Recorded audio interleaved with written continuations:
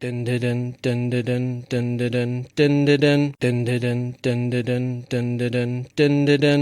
Doctor, this is my section. Earth is under my protection. Planet of birth is Gallifrey. I've got 2 hearts, your life is saved. Run into the Master Raw, Missy. Come on, Alonzo. Alonzi. I am a Time Lord. No, I'm not rich. 12 bodies a man. Now it's time for a switch. Don't look like that. I'm in great health. You were expecting someone else? Regeneration. Oh, such fun. When I say run, run, run. What's that, my boy? Peace and sanity. Sorry, I must dash. Reverse the polarity. Sometimes I'm north, but always a limey. Wibbly wobbly, timey wimey. Jump in the TARDIS, go for a ride. It's bigger on the inside. Exploring all of time and space. Oh, what's that? Exterminate. Cyberman, the Daleks, baby. Would you like a jelly baby? Time's ticking, we'd best go. A new adventure, Geronimo. I am fantastic, so are you. Best come with me. I'm Doctor Who.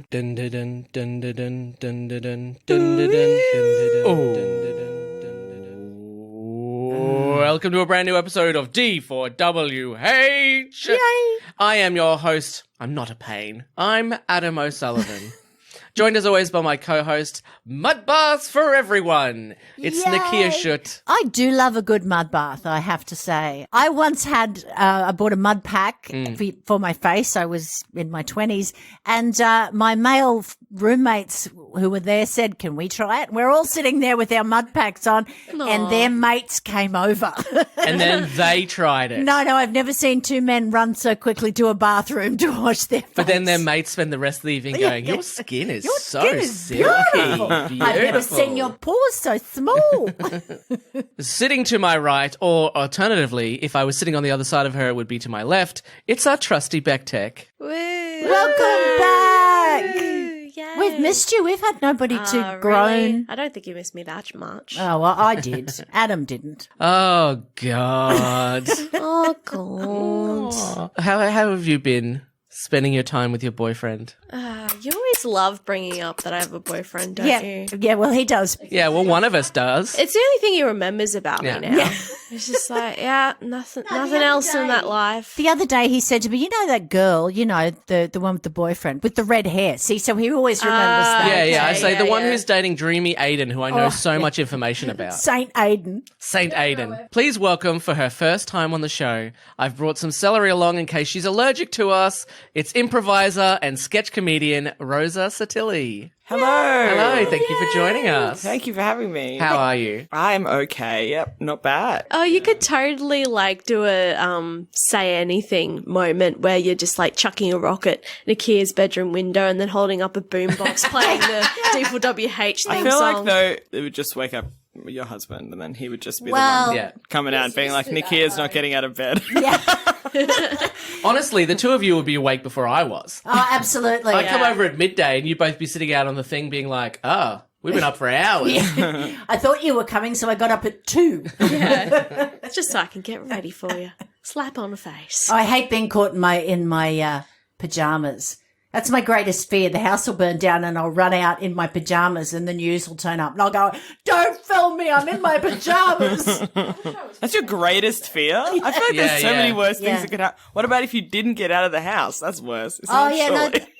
Nah, because then they wouldn't be able to see you At in least their then you'd pajamas. be unidentifiable. That's right. Right. And they would not see me on television in my pajamas, and that Very would be true. okay. I That's love the true. thought that there's Ghost Nicchia being like, well, at least they didn't see me in my pajamas. We found a body. She's in her pajamas. No! Why didn't they burn My off? worst fear! Now that I'm dead.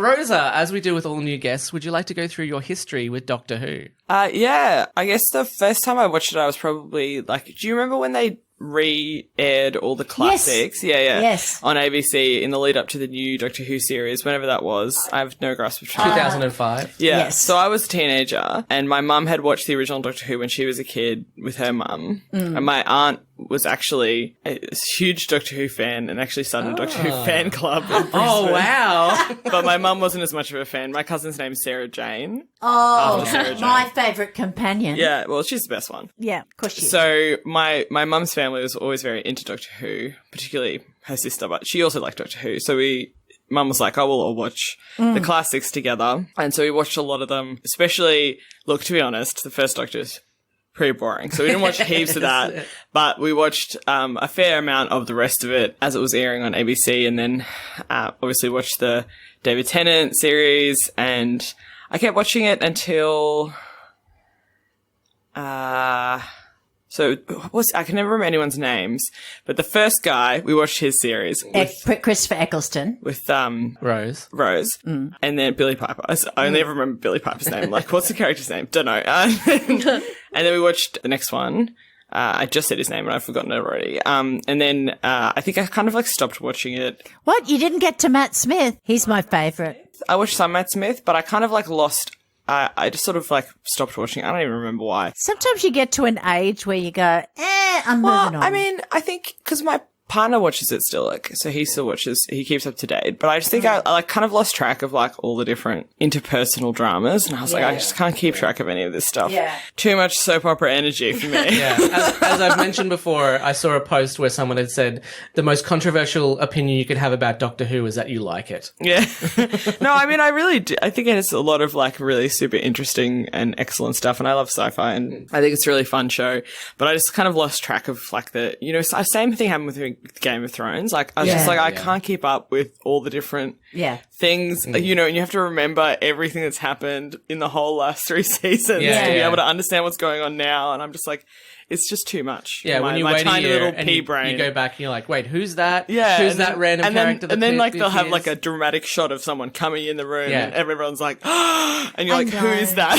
That's me. I'm always like, is that a guy I should know? And then like Cam's like, that was a please stop guy asking who me was questions. in one episode of series 1 and you're like, okay, great.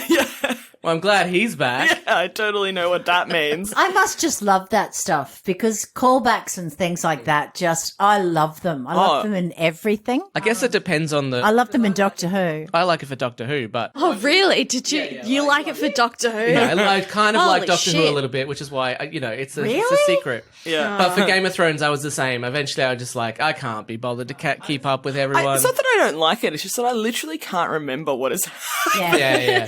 I have a shitty memory and I'm like, oh God, I know I should know that person, but then I'm just like constantly Googling, like, and then I spend half the show like Googling and then I'm Googling and then I'm like, wait a minute, am I watching TV or am I Googling? Yeah, you know what I mean? that's my husband. He gets lost in the plot of a Steven Seagal movie. I go, oh, come on, Dave. All it is punch, punch, punch. Yeah, Okay? does Steven Seagal even have character names in those movies, or is he just Steven Seagal? Steven Seagal, punch, punch, punch. Yeah. Maybe not quite that bad, but we'll watch something and we will spend the whole time. We go, who's that? Who's that? I go, that's the main character. Who's that? Who's that? That's the guy who killed the main guy's brother. Who was the brother? Oh my God, the guy who got killed. No, my favorite Steven Seagal movie is The Glimmer Man, where he's put on a lot of weight, but apparently is a man named The Glimmer Man because he moves so fast that all you see is a glimmer, and he does hardly any stunts in it because he's like so overweight. So he has like a young sidekick who does all of the fighting for him. It's kind of like the Waddle Man, really, isn't it? Is Steven Seagal the one who moved to Russia? Yes, And he now- was friends with Putin. He wrote Yeah. a book. Apparently he wrote Oh, it. really? That would be quite the literary masterpiece. Yeah, the first page goes punch, punch, punch. I can't remember. Oh my God. This is very classic me. I like listen to a podcast about this book and I've forgotten whose podcast or when. All right, Steven Seagal movies complicated for you too. But Steven Seagal wrote this book and they read part of it and I was like, oh no, I think it was on like this political podcast I listened to and there was just a bonus episode where they were reading Steven Seagal's book. It's honestly please tell me it's an erotic extremely novel. funny. Yes, it's obviously very erotic. Oh my God. It is so bad. Highly recommend seeking out. For And the he also purposes of became a badness. sheriff in like a bounty Texas Ranger. He became like a Texas Ranger in America. Yeah, and was yeah. like actually like One of those freaky, like, sheriffs who's like, I got elected because I said I'd murder everyone Yeah. who was a different color than me, and now I'm going to make my friend Steven Seagal deputy sheriff. Well, yeah, but he was going around being like, oh, I'm stopping crime. But basically, the police would do a raid of somewhere, and then they'd kind of wheel Steven Seagal out to be like, well, we caught the drug dealers. Possibly and literally wheel him out on one of those, like, fridge moving. you know? Yeah. Was he big then? They Yeah, wheeled him out on the catering tray.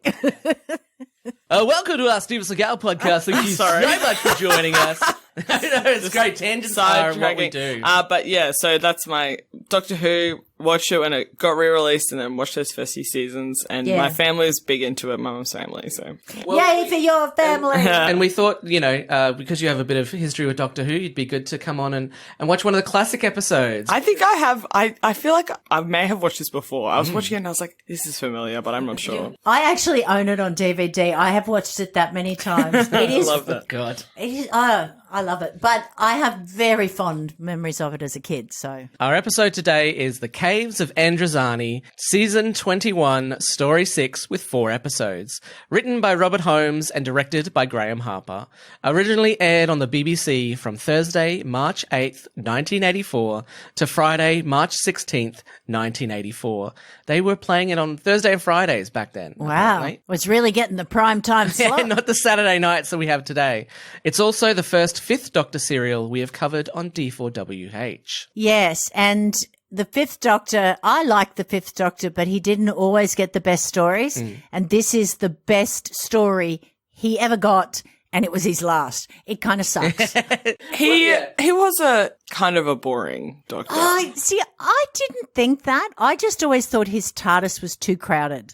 And if they had a few less, like he and Tegan together would have been such a dynamic, just the two of them. But then he had Nissa, Adric, As we Turlo. saw When they end. show the companions at the end and there's a robot in there, I was like, what is going Chameleon. on? I was like, I remember some of these people, but who the heck are some of these other people?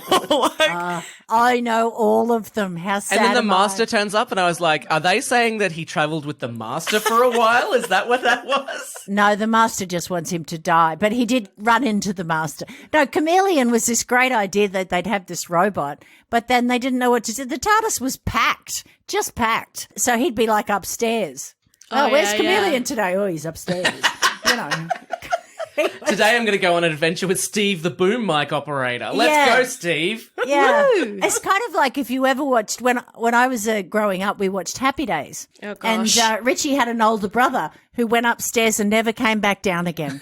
And that was it. I think his name was Chuck. I can't even remember. But Jesus. yeah, and he just disappeared. that used to happen a lot on those shows. I was reading about, Yeah. like, I think it was, I can't remember which old sitcom it was, but one of the children just disappeared one episode. The actress didn't work for the show anymore, and then they never replaced her, and the child just was never mentioned again.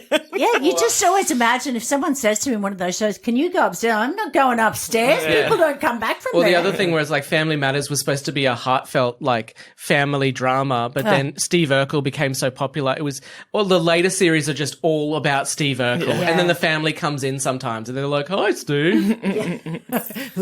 He lives in their basement for a while and creates like a machine that turns him into a cool version. It's so Oh, weird. yeah, I remember that. I'm sorry, I did miss that. I was probably going out and having a life in those days. I was a you were a kid. I was a kid. kid. But speaking of the Fifth Doctor, I've only watched this one episode. I think I kind of like him a little bit more than the Fourth Doctor. You like him more than Tom Baker? Yeah, what is wrong Yeah. with you? I love Tom Baker. Tom Baker, look, this guy has one facial expression. No offense, Nicchia, but this guy has one facial expression, and it's like a mild smirk, and that's it. I liked it. I thought it was quite... I would like to turn all of your attention up into the left-hand corner where I have met him and Tegan. And he's doing the facial expression. Yeah, He's doing the smirk. I thought he was quite funny. Like, Yeah. I actually have seen him in other stuff, the actor, and he is Yeah. quite good. the bit where the guy's going, "You must call me sir," and he's like, "Oh yes, you must call him sir." I thought that was quite funny. Yeah. Yeah. Do you secretly like have a crush on Peter Davidson? Maybe this is the first thing I've ever seen him in. It's just like, oh my god, that smirk Hey, he is is so the first sexy. doctor I had a crush on because before that, the doctor was like Yeah. your dad or something. Yeah, Tom Yeah. Baker. So he was young, he was good looking. Tom Baker sort of seems like a quirky uncle sort of type. Yeah, Yeah. But Tom Baker's very arrogant for me. I love the dynamism though. Like, I mean, it may be this guy's own, like, it may not be his, I don't think it's Peter Davidson's fault. No. I think he probably got given, as you said, like a lot of shit to work with. He got some terrible stories, Some boring but also shit, yeah. he followed Tom Baker. Yeah. Who wants to do that? But he also just, like, I think his energy was maybe not right for the way that they were writing the Doctor at the time. So speaking of not being, the right energy, he is followed by Colin Baker, who essentially dooms the show to be God, be Colin cancelled. Baker. He was truly awful. So, I mean, if comparison to that, Yeah. he is very good. Yeah. Yeah. Remember with fondness. All right, we start as we always do with a short synopsis. The Fifth Doctor and Perry find themselves on the desert planet Androzani Minor in the middle of a war between Androzani Major and rebel Sharaz Jek. The war is over Spectrox, a drug produced by bats that can extend the life of anyone who takes it. Morgus, the richest man on Androzani Major due to mining Spectrox, is hindered by Sharaz Jek's androids. What names? Oh, man. There will be corporate espionage, spy androids, double crosses, and there's also a magma beast. In the end, almost everyone will be dead, and the Doctor will save Perry from Spectrox toxemia, but will succumb to it himself, introducing the Sixth Doctor, Colin Baker. I know. Peter Davidson said if they had given him stories that had more in it like this, more of this caliber, he would have stayed. But there were some truly awful. Yeah. He was given some truly awful scripts. He given a few gems. And I think that, I mean, this one was it's quite fun. There was, though, at one point, I counted 4 villains, and then only good guy was the Doctor. Yeah. And I'm like, how many more villains are we going to have? Yeah. Oh, if you think that Doctor Who, a show known for grown men dressing up as crazy costume monsters, has a magma beast that isn't the main bad guy of this story, congratulations on somehow working that out. Because I assume the magma beast was the main villain. I was also impressed that we got introduced to one villain and then pretty quickly a second villain. I was like, okay, 2 villains is like kind of classic. Like they're fighting each other, but they're also not. Yeah. Then there was a third and a fourth villain. And I was like, so there's the big evil guy, which is the rich guy. Morgus. Yeah. Morgus. Very funny. Also no facial expressions. I thought he was going to be an android because I was like, this guy has no facial expressions. No, he just smug, really, didn't he? A lot of smug energy in this one. Also does some of his lines directly to the camera because he apparently misunderstood a stage direction and the director watched it and went, yeah, it's fine. Yeah. Everyone does it at some point in this. Like they have a lot of shots of like the captain looking at something. Yeah. The captain of the army. Is he a captain? No, sorry, he must be like a general or something. Yeah, he's a general, yeah. He's the general of the army who's like, oh god, it's so complicated, but he's the one of the fighting the Sharaz Jek. Well, as I started to call him, the Phantom of the Opera. Yeah. The Phantom of the Opera who's living in the basement making who has androids. a lycra fetish that you've never seen before. Who can make androids in an hour. And the general also had a lot of shots that were set up for him looking directly in the camera. Yeah. Then you had Morgus. Morgus, yes. I'm so sorry. Staring in the camera, delivering lines directly to camera. And then there was so many like communication shots. So I was like, a lot of this show, it was like a weirdly kind of like a play. But also you've got is it Salatine? Salatine, yeah. And he is a smug bastard as well. The smugness nearly consumes the whole thing. Smug energy is extreme. Oh my god. It's actually, there's only one villain, and that villain is smugness. Yeah. No, I think we all can all agree the main villain is capitalism. Yeah. Capitalism is so bad, guys. No, come on. He is awful. He is awful. Morgus. Yeah, Morgus. I'm surprised they didn't give him a mustache to twiddle. I'm amazed though, he's the richest man in the world and he has one staff member. So like, he spends most of the time in his office with his one staff member and being like, I'm the richest man in the world. And when things go a little bit south, he doesn't call his team of lawyers in. He goes, well, I gotta leave. See ya. Yeah. I think he could be what Trump is going to look like in about another 6 months when he's fired everybody and there's no one left. Well, that's my question. Is he really the richest man in the world? Or is he actually just delusional? Yeah. He's just pretending to be. Well, he organizes a meeting with the president in his own office, pushes him down his private lift, goes to, and is surprised when everyone goes, you murdered the president. And he's like, what? So, I mean, it's just a very complicated story. Why don't you tell us why you love it so much, Nicchia? No, not in a bad way. I would love to know what, I think, as you say, it's usually just the one baddie, and it's all wrapped up fairly easily. And you can see, particularly with classics, you can see where it's headed. Yeah. Whereas this is one where I remember thinking, wow, well, who's this and who's that and how's that? So there was more work in it. There was more, I had to keep track of who was who. I couldn't work out like you. I was used to one baddie, maybe 2. Then there was the Magna Monster going on. There was the peril of them being sick. Yeah. I liked that. And also, I think that it's really got a chance to show, I love the script. and I thought it got a chance to show Peter Davidson's comedic side, which he was always, they portrayed him serious a lot of the times. And so it was the first time he got to say things like, oh, and we'll all go on picnics and have happy chats when he's talking to Sheriff Jack and stuff. Great. So I only like him from this episode then, apparently, according to you. There are other times, but he also was the doctor that they gave him scripts where he did shoot a lot of people. Oh. He's very dark, Doctor. Yeah, he didn't, it's not like he wanted to, but he would always be forced into this position. I think he's the only one in this series, this episode, who doesn't carry around a machine gun that's futuristic because they glue things onto the side of it. You know? But then it sounds like a regular machine. Yeah, it is 100% a regular machine gun. And I loved the dynamic between he and Perry, and I really would have liked to have seen more. And I loved the dynamic between he and Tegan. That would make me laugh. And I just could have got, sorry Nissa, sorry Adric, sorry Turlo, but I could have just pushed them out of the TARDIS and just seen Tegan and the Doctor, because she was like Donna before there was a Donna. She would call him out. She would, call his bullshit. Tegan, I think, is also one of those Doctor's companions who originated a lot of names, because a lot of people called Tegan. So, everyone called Tegan that guys. Name for the Doctor Who character. That's my hot tip to you. You can ask them about it. They'll probably tell you. Hot tip. She was a good companion and really underused, I always thought. Yeah, I mean, you say he had too many companions. The current Doctor has had 2 seasons. It's too many too. With 3 people. Peter Davidson only did he did 3 seasons in 2 years. I count at least 6 different companions. Yeah. That's insane. I mean, I don't know why they felt the need to pack the TARDIS. And then, of course, he just had Nissa and Tegan for a while. And then they thought, oh, well, we can't have a man travelling with these 2 women. That was going to be a big shocking thing. When was this? What time 80s. period? This was 80s. Early 80s, mid-80s? Very early. Yeah. It's a weird time period for gender, I also feel like. Because, let's just to recap. So we have the first episode, we get Morgus.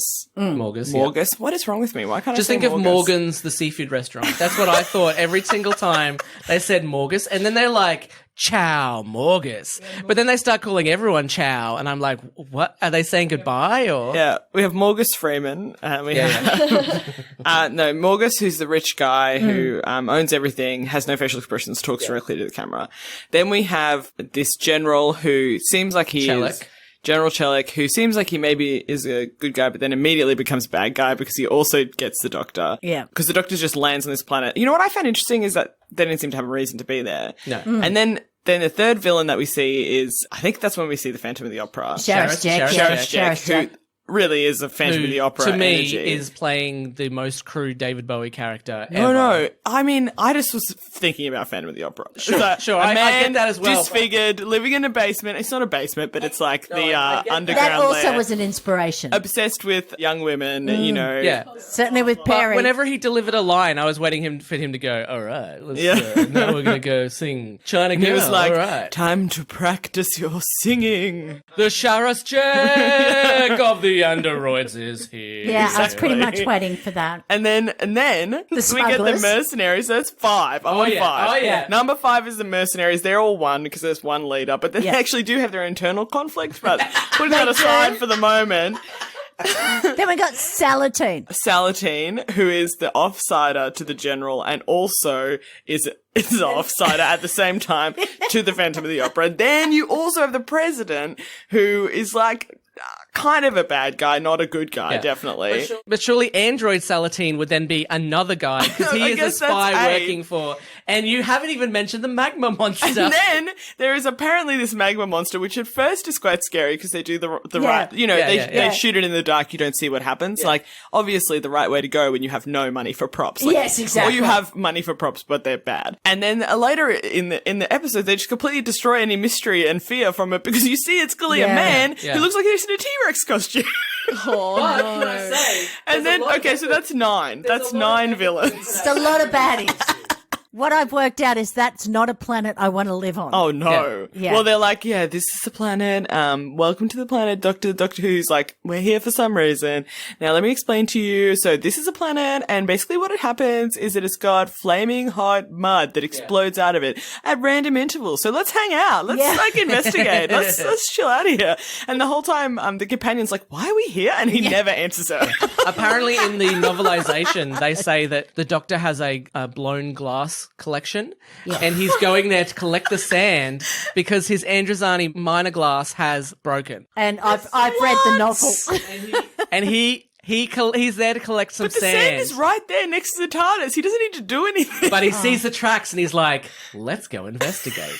I'm sure this won't lead to my regeneration. Well, and of course, the other thing is, not only are they dying of spectroxemia, they get shot. Does that count as a 10th villain? Anyway, sorry. Yeah. Yes. It's a threat, I guess, not a villain. Yeah. Yeah, they get shot. That's right. Yeah. Everyone gets shot in this. Yeah. Pretty much every character. Dies. Yeah, everyone dies. It's very Shakespearean, the ending. Yeah, I mean, there's a lot going on, but I guess for me it was exciting because I couldn't see the end. In episode 1, Yeah, I couldn't totally. see how episode 4 was going to end. That is extremely true. I was quite interested in Yeah, where it you would go. have no idea how episode 4 is going to end Oh, no. if you just watch episode 1. Oh my god. Yeah. Oh, jeez. If you have got the traditional Doctor Who bingo card, you are not getting bingo in this. No at all. way. Aw. All right. The TARDIS lands on the desert planet of Androzani Minor, and the Fifth Doctor and his companion Perry start to explore.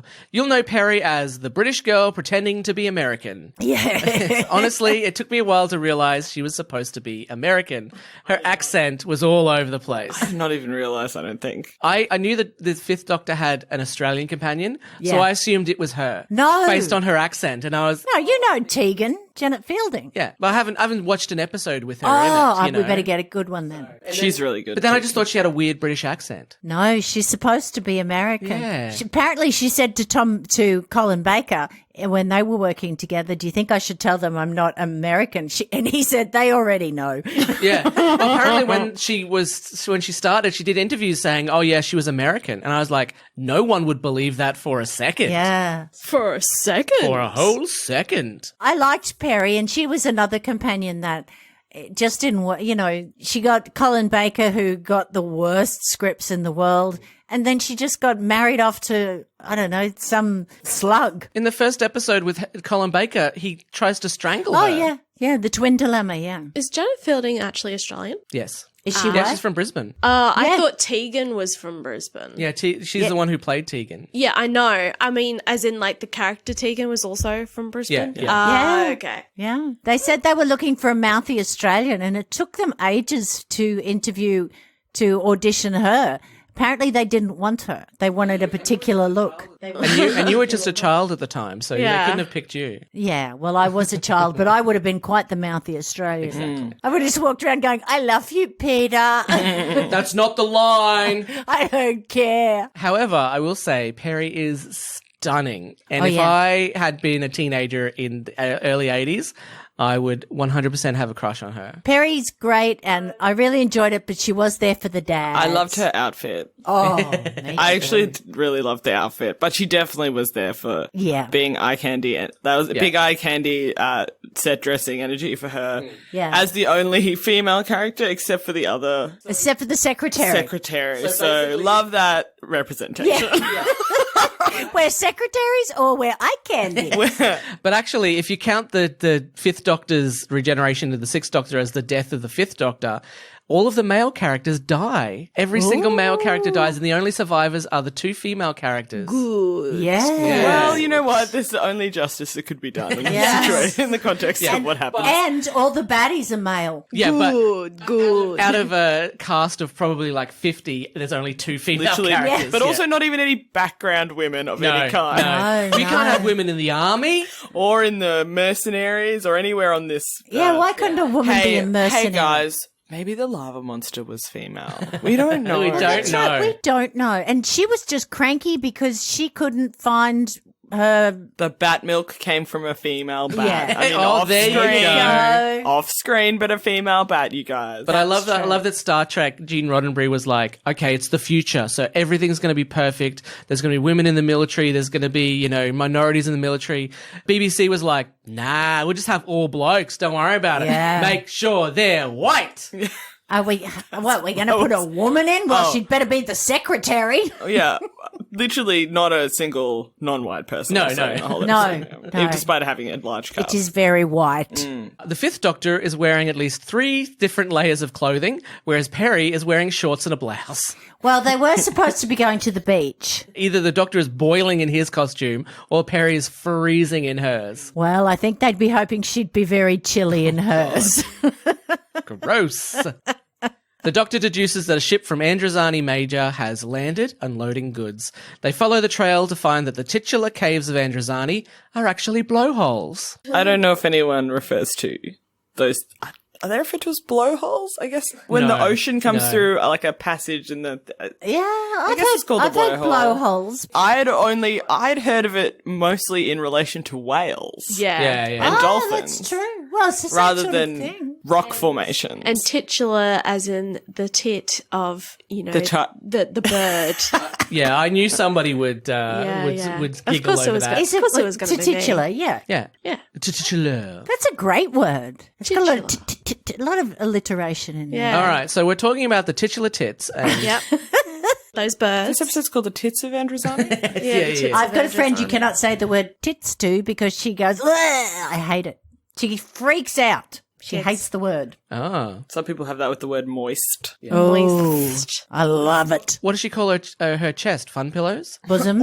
Yeah. I'm so sorry. I say bosom. so- Absolutely What did you say? horrifying. I said, what? Because he said fun pillows. You know the worst one? The absolute worst one is chesticles. Just conceptualize that. I say chesticles sometimes. Just imagine what that actually would look like. Oh, like, no. no. How hairy would that be? And not acceptable. It's not acceptable to imagine. No, you don't want something that looks like a goblin's coin purse hanging off you. Exactly. Yeah, that's what I imagine. When you say chesticles, it's testicles on the chest. There's actually a guy online who's making a living at the moment by selling face masks that are made to look like balls. Oh, really?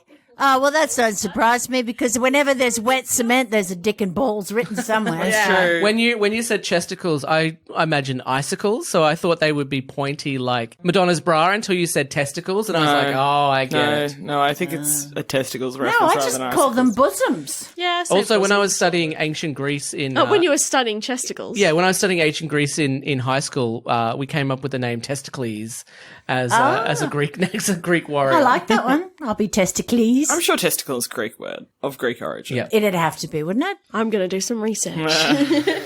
That's your job. Yep, that's my job for The mining guards react to the attack by the magma beast in the best way possible, pointing their guns straight up into the air and firing wildly. And running, I couldn't figure out where they were running. They were running at the beast or away from the beast. I was like, what are you guys doing? Are you helping? Some of them are probably going, this is crazy, I'm getting out of here. And the others going, I'm going to die in battle. It was the most interestingly shot part of the whole episode. Now, it was a fun storyline, but I feel like whoever was directing it was like, I don't care, just set the camera up and everyone can walk around in front of it, whatever the fuck is happening. I don't Great, care. I'm happy. I've got 3 shots that I've set up and that's it. That's it. I'm not going to talk about it anymore. All right, I'm done for the day. In the Thank first you. episode, we're going to do this one cool bit with the monster, and then everything else is going to be fucking. There's a drink at the bar boring. with my name on it. Hurry up, people. I mean, it's entirely possible because they probably shot the Magma Beast sequences in a day. There's not that much there. They're probably like, all right, Magma Beast, that's a wrap on Magma Beast. Well, it's not like they got the sort of prep that you get now in productions. Yeah. They sort of we're filming and then filming for the next show at the same time. Yeah. So Perry falls down the rock face, and you can briefly see her bouncing on the mat that they obviously had on the other side to catch her. I know. She falls into a Spectrox nest, Spectrox. causing a stinging sensation. I'm sure it's harmless, though. Yeah. The doctor immediately touches it with his hands. Yeah, and sniffs it. Yeah. I thought he was going to lick it. Yeah. A genius at work, the doctor. No, I think that was a David Tennant thing to lick things. He Yeah. brought that in. After wearing a stick of celery on his lapel for 2 years, the doctor decides to finally reveal that if he is exposed to certain gases in the praxis range to which he is allergic, the celery would turn purple and he would eat it. Yes, wow. So did it end up turning purple? Nope, doesn't happen. He just explains that's what it's for. Well, I guess she asks. I mean, I know that her accent's not very good and she is there for eye candy, but I like the banter. I quite like the banter between the two of them. Oh, yeah. There's She's plenty great, wrong yeah. with the episode, but there's plenty to love. Further still into the caves, a bunch of Dad's Army extras are attempting to deliver guns. Jesus Christ. They have full mutton chops. I was like, really, I was like, who are they referencing? Because Yeah. obviously Doctor Who's a super referential show, Yeah. right? Like, which is one of the great things about it. Is so fun that it is really referential. You know, like in that it has that Discworld energy, right? Like the Terry Pratchett energy of like referencing and talking about things that are happening in culture. And I was like trying to figure out who they are referencing with those dudes because the outfits are really weird. They kind of look like almost kind of like Central American gorillas or something. Yes, but I was yes, like, I what get was that. going on that they were referencing that? Like, why? It was Maybe so they were weird. doing that. I don't know, but I'm like you. As soon as I saw it, I kept, "Who do you think you are kidding, Mr. and they're Hitler?" like, they're super cockney. They're like, hello, governor. We got to go back to the spaceship and go back to our home planet. Maybe it is Dad's Eye, but they had like Corporal berets and shit. And I Yes. was like, what is this? Like, Yeah. what? Oh, it was Because so it looked insane. like, it kind of looked like Che Guevara-esque, Yeah, right? yeah, I get And then that, they're yeah. doing Dad's Army. I was Yeah. like, what a combo. The gunrunners hide when the Doctor and Perry show up. Then the army shows up, so then the Doctor and Perry have to hide. But the only place left is behind a box that barely covers them. That part was ridiculous. I was like, why didn't you run away? And you know why I reckon they didn't run away? There's two possibilities. Why? Yeah. One is It was in the script. they were like, well, we only built one exit, and if they go down that exit, then they're gonna have to run into the other dudes, and that's a whole nother thing. So no. And the other option is we've already set up the shot. We're not moving the camera. Just stick them behind that rock. You Yeah. can still see them. Doesn't matter. It's Just stick 'em almost there. like you could see in their faces of like, well, we can't run down there. That's where the gun runners are. Yeah. We'll have to hide behind here. Even though they had no idea the gun runners Yeah, were there. exactly. And they're literally there for seconds, and they're like, "Well, we're found. Hello." Not even. I mean, you've always got to get caught. So, you know, I know. I'm playing Doctor Who bingo. That's a trope for it. I go, right, caught. Secondly, thought to be baddies. Yeah. Tick. Yeah. Oh. They are captured and taken before General Chalik and Major Salatine. Saltine, yeah. That's how I remember it. Yeah. Morgus calls, and after seeing the supposed gun runners, orders Chalik to execute them. Shellick. And he just is smug about it. He's the smuggest character. I thought Morgus was the smuggest, but I actually think there is a smug off between him and Salatine. Salatine is pretty. Morgus has such flowery language. I think there were two ways that they were able to pad out these episodes. One way is like, let's extend the chase sequence in the fourth episode in the quarry. Oh, yeah. And the other one is, let's have Morgus just say another sentence. Because one of his sentences took minutes. And then so many pauses as well. So many dramatic pauses where he looks directly at the camera. Maybe he was reading the auto cut cue. Yeah. I don't think it's fair to necessarily tar Salatine with the same brush, because at least he did show a range. You know, he played an android and a person version. And they true. had their own different smug energy. You know, they were different. But the Morgus also, you know, unfortunately, they made him less intimidating, I think, by dressing him what looked like a pile of actual human poo. Like, what was that? What are they wearing? What is he wearing? Why is he the richest man in the world and his clothes are this horrible brown rolls? I'm like, why? It looks like that crepe paper. Yes, Yeah, but like that it was kids also use. like in rolls, Yes. which really suggested the turd element to me. All of the outfits are shit. Oh, I don't know That who is their designer futuristic is. clothing. I didn't hate the secretary's outfit. I thought that was quite. And actually, the only people who looked good were the two women. I think that was true. the point. Well, but not in like her outfit wasn't like particularly like objectifying or anything, but it just like was nice. She had a great color. It was blue. It wasn't poo brown. No, it wasn't the color of actual poo. But I love the fact that it doesn't matter where you are. In the future, everybody wears the same outfit. And so we're all at some point going to go, you know what? We're all wearing this. We're wearing robes, you guys. It's time for robes. Robes, they haven't had their day in the sun as yet. Maybe that'll be the time that you'll finally be free to wear your pajamas, because everyone will be wearing robes And and, no it one will will look know. the same. Massive 80s shoulder pads, huge V-necks that go down to your collar. Yeah. I know. It's like today I'm wearing my overalls from my favourite place, the Hippie Hut. Oh, I love the Hippie Hut. Yeah. It's close. You need a big collar. Yeah, I do. I do. If I don't have a robe, a big collar, and really, I think some sort of large head. Yeah. You know what? It actually is such a thing in sci-fi. Star Wars also. I wonder if it's from Star Wars. Blade Runner had some wonderful Star Trek 80s. They were all wearing robes. the same thing. The president's hair was what got me, whereas in the tight curl. I loved it. Actually, you know what? I liked the president's outfit. All right, because it was multicolored. Yeah. It kind of looked fun. That's true, but the hair, he looked like he just escaped from the set of I, Claudius. And he had the world's most horrifying, like, anemia or something. Oh. His skin was the color of, I don't know. When he goes, would you believe that I'm 80? I go, yeah. And Morgus goes, no, 50 at the most. I was like, no, what are you talking about? This guy looks like absolutely terrible. No shock here, buddy. The actual gun runners attack an army patrol with gas weapons, but thankfully they have their masks. No, not gas masks, literal hospital masks, the type that attach to a nebulizer, complete with holes in them to let the misted medication escape and not fog up the mask. Those were definitely free. They got those all very cheap. They were in the costume cupboard. They were they were like, hey, General Hospital. I don't know, what is an English medical show? Holby City. We went to Casualty. Yeah, that's it. Casualty. Casualty. They're like, we actually snuck into Casualty and we stole these from them.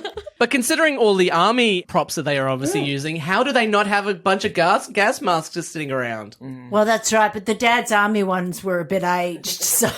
Stick some red things to it. It'll look futuristic. Paint it blue. Yeah, there's some like, I don't know what they were meant to be, some kind of future bullets, but they just look like water balloons or something. Yeah. Like, they were tied together. I was like, what is that? They always have some hilarious props. There was one in the Ark in Space where they put a sort of a crown on them to wake them up, and it just wouldn't fit on their head, and it just was embarrassing to watch this girl keep trying to put it on. And Destiny of the Daleks, what was the Genesis of the Dalek, where a Destiny guy of just the randomly sticks his foot in a giant pink clam.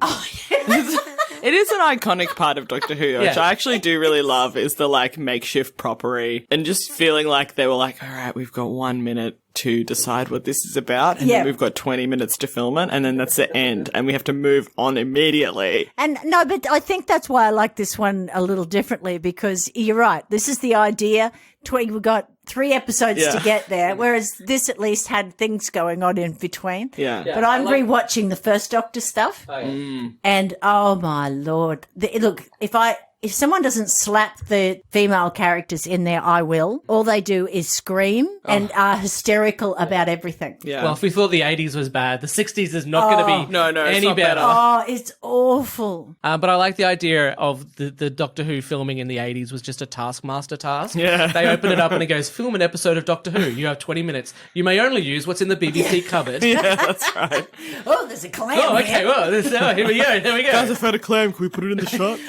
I found these extras from Dad's Army still in the cupboard. Pop them out. Salatine explains death under the red cloth, which as far as I can tell does nothing to further the story.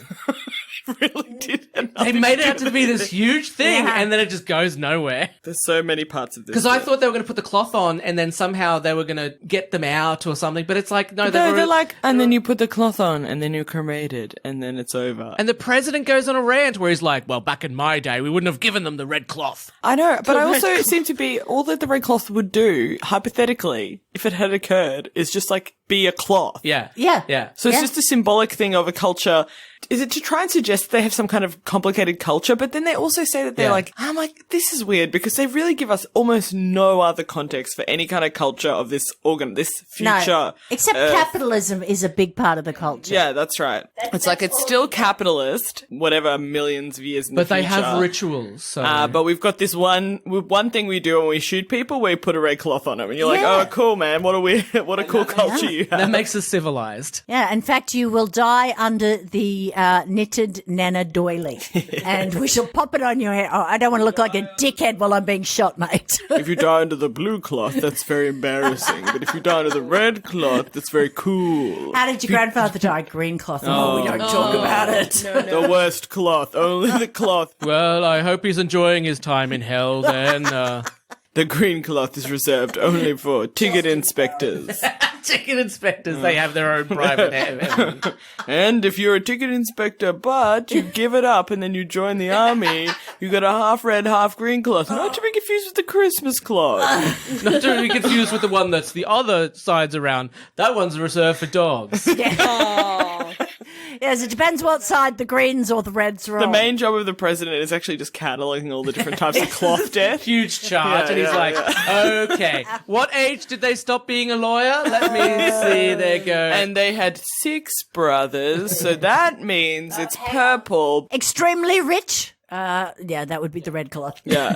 It says here, eggshell white. That's the cloth you will have on your head? Yeah, it's the hanky flagging system that was very popular in very big in part of gay culture, but except it's not. It's for dying under a cloth. I like to think that it's like one of those Pantone color things when you go look at color. You're like, I'll take one of these, and I'll take one of these, and I'll see how good they look together.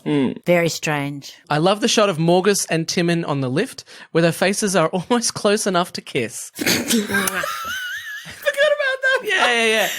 So weird. So close, and then they show them from the wides, and they're nowhere near each other. Yeah. I wonder why that was. It was so weird. And I thought it was like an ABBA. You know, I thought they were going to be like, Mamma Mia. I've been cheated by you. Later on, the Doctor and Jack also get very close, and that's when Jack decides to talk about the Doctor's mouth. Oh. You have the mouth of a Jack, and I thought, are they going to kiss? Well, he's in love with Perry. Why would he kiss the doctor? I don't know if he's in love with Perry. I feel like he wants to murder Perry and take her skin. That was the energy that guy had. It could be, yeah. He was like really... I think he'd give her a little twirl in the bed before he wouldn't he? Yeah. Or after. We don't know what he's into. Again, after that. There was that cut scene where Jack turns to the mirror and goes, would you fuck me? Or fuck me? Particularly in this lycra. Morgus gets 10 centilitres of Spectrux ready for the president's visit. I thought he said centimetres. I thought he said centimeters. Yeah, He didn't say I centimeters. listened to it the second time, and I it's thought it was centilitres. centimetres too, and I've watched Why it would you say a million times. centiliters? Yeah, why would you instead say of milliliters? Yeah. What is centiliter? Is it like 100th of a liter? It's 10 millilitres is 1 centilitre. Yeah, so So you would, Okay. so he says 10 centilitres, and then basically that's it's just 100 milliliters. milliliters. Yeah. Oh my god. Okay. It's the future, guys. They use centiliters. Yeah, I assume the that's why less they used accurate it. measurement that is confusing. Yeah, good idea. In perhaps the most somber of cliffhangers, the Doctor and Perry are stood before a firing squad and executed. I know. I'm just. What the fuck I is know. going on? I know. You've got to remember, I saw this for the first time. There was no internet when I watched it. I thought on TV. Excuse me. Did you watch it on TV? Yeah. Yeah. So it would have been genuinely suspenseful. I was genuinely going, oh my god, what's I happening? do remember that about the original one. Like, they really did work as like a serial show. Like, when they were re-airing them, it was genuinely like, if it was a good story, sometimes it was too boring to get into it. But Yeah. something like this, you would be like, oh my god, okay, well, Yeah. we've got to watch it tomorrow. Like, you know, it's not like the world's greatest show, but it's definitely like exciting and, Yeah. you know, like it just has that like element of surprise and fun that you just don't get as much, you know. I might in be other wrong, but I'm types of pretty shows. sure that this episode aired on a Thursday night because there'd been a 6-parter beforehand. And so you didn't see it until Monday. Oh my god. There were 1 or 2 like that where I would go, oh my God, I'm going to die. I couldn't Google. I mean, that didn't exist. It was like, whole oh my God, days. is the doctor going to live? Yeah. Don't worry, turns out the Doctor and Perry have been replaced with lifelike android copies, Exact. Which he made in an hour. copies. which he made in an hour, copied their clothing and everything, which takes cosplayers months, but he just did it in an hour. Exactly as So, well. you know. And you can tell they're exact because they were playing their own androids. Not just makes them look like them, makes them act like them, because when the general goes, do you have any last words? They specifically act like the Doctor and Perry. Well, that's how he made them, so they wouldn't Why think they has were he not androids. replaced everybody on that plant? Have the entire army as his androids. Oh, yeah. Good point. Yeah. He's not the smartest man on this. If he on can that churn them planet, out is one he? an hour, he could do that whole army Yeah. in like a couple of days. I also think later in the show, he's like, my androids are being overwhelmed. And I'm like, how many did you make? yeah. And these look, ones 10 don't is even have enough. faces. So how hard are they to make? They have like a weird light camera thing in their head, and that's it. So like surely the level of detail for the soldiers is very low. So if you can make it that guy, this guy's whole production model is cooked. And that's why he's the Phantom of the Opera. He has no connection to reality. All he does is for his own weird passions. It's unrelated to logic. He knows that the army is coming to him because he's the one who's like, oh, I've changed the belt plate so I'll be able to attack the army. So he knows they're coming towards them. So why not make some more androids? In the meantime. He goes, oh, good, they're coming to attack me. Oh, no, I've been overwhelmed. What a shock. Yeah, that's true. That never really occurred to me. Well, you what know. a dickhead he was in the end. Logic and Doctor Who, you do have to suspend your Yeah, that's disbelief true. in a You very always do. big When way. your face has been melted off, you don't really make very many rational decisions. You have to suspend your disbelief in all sci-fi because there's no such thing as a perfectly logical sci-fi, and if there was, it would be unbearable because the whole thing would just be explanations of how everything's happening, and it'd be like this podcast. It's like so now we're taking off, and the way that this this rocket works is that it has this kind of engine and it does this, and this is the thing that does the thing that is the thing, and you're like, okay. Engineer, can you explain to me how this engine works again? Oh, certainly. I know so little about rockets that I couldn't even make something up there. You did fantastically. Put the thing on the thing, but that would be what sci-fi would be. So you have to. Can we suspend our disbelief about that collar that reaches all the way down to his junk? That was amazing. All leather. He has this very chunky collar that then goes down the front of his body to his junk, and I was like, oh my god. You're staring at his junk, are you? Yeah. Yeah, I mean, I'm said sorry, that a little Beck. bit too Beck, passionately. you really would be staring at this guy's junk. Like it's hard not to stare at him. He is At quite It's mesmerizing. I thought it was the best costume. Yes, Yeah. me too. Not aesthetically, but like in terms of what they were trying to do. I kind of felt a bit sorry for his character. Sure. You know, so it's hard, but I got to sympathize with the villain, you know, and I did Yes. feel sorry for him. And the mask, you know, like it's obvious that they went with the Phantom of the Opera, like light, dark, and then they went, oh, it's too obvious. So then they just kept adding more stuff. And they didn't know when to stop. They were like, should we have rhinestones over his eyes? That part was Let's do very rhinestones funny. over his eyes. The rhinestones, I was like, what are they? Is it like a ridge? Is it meant to indicate there's some kind of lumps underneath? But then when he reveals himself, he doesn't even reveal his forehead. And I was like, where are the lumps? I know. Where are the lumps? He's got a secondary mask underneath his It's just mask. me being like, show us the lumps. Show us the lumps. Hashtag show us a lump. Thank God they stopped before feathers, large collars. Well, they had to deal with, you know, all that, what was in the craft cupboard. So, Yeah, like, exactly. you know, they probably... a clam, a large clam. Clam comes out. They're like, can we use this tubing? And we stole it from Casualty as well. His arms are just like the piping tubing. He's like, I am Sharaz Jack. Look at my androids. What are you no, there wasn't any of oh god, now I can't make the joke because I've forgotten the name. Oh no. The robots that turn you into one of them. Dalek? No, Oh, the Cybermen. Cybermen. Because that was the Cybermen originally. They did Yes. have the tubing arms. Oh, the Cybermen, as They you were still the scariest villain in my opinion. Ooh. they were They're really right scary. at the beginning, and then they just got overused. Well, they're like the Borg. and It's became very completely scary. rubbish. After a while, we used them so much they became rubbish. Yeah, but every good sci-fi series has to have, you know, a robot assimilationist. Oh, you know. yeah. You got the Borg. I think the Borg is scarier. Battlestar Galactica, the whole story is about that. That's pretty fucking scary. But they also every sci-fi The book is scary, also has to have an anomaly where it's like man is the evil bad guy the entire time, and the Cybermen are kind of a mixture of they're robots but they're also us, man. Yeah. And I think that's the problem with the Borg. They're scary because you can see that they used to be people. Yeah. But the Cybermen just look like robots. I thought that and they so did a you good forget job with that. them in the David Tennant one because they showed the factory where they turned people into them. Well, that's and that was true. pretty evocative and disturbing. That was, and I like in Jodie's new episodes where you could see a bit of the face still in it. I really liked that. Yeah, yeah. I like to be able to see a little bit of what's left. But yeah, that's true. The factory was pretty But normally spooky. they just sort of turn up, stomp, stomp, stomp. Yeah, that's very true. Back to the actual gun runners with a scene that looked like one of them was going to take a piss on the other. Oh my god. So He stands there for so long and waits for the guy. I was like, if water starts coming down, I'm turning this off. It was so insane. So you're not into piss kings? No, I am not. I'm so sorry to my listeners who Not are. into but- water sports, eh? No, like I said, I'm so sorry if you were hoping I was, but I am not. is that the fight scene where they're fighting each other? Yeah, where they fight, Yeah. where Yeah. Stott's. But the part, Oh, the weirdest Stotts. part is he's lying down, like having a nap or yeah, something. yeah. And then they surround him and they're like, "Oi, dude, what the fuck are we in the desert? Why didn't you ask this question when you were like getting to the desert?" They're like, Yeah. "We've been in the desert now." And I mean, I'm not totally clear on how they got there or what was happening with them at any point. Like, to be honest, it was not clear to me almost until the end Yeah. why they were in the story. at Yeah. all.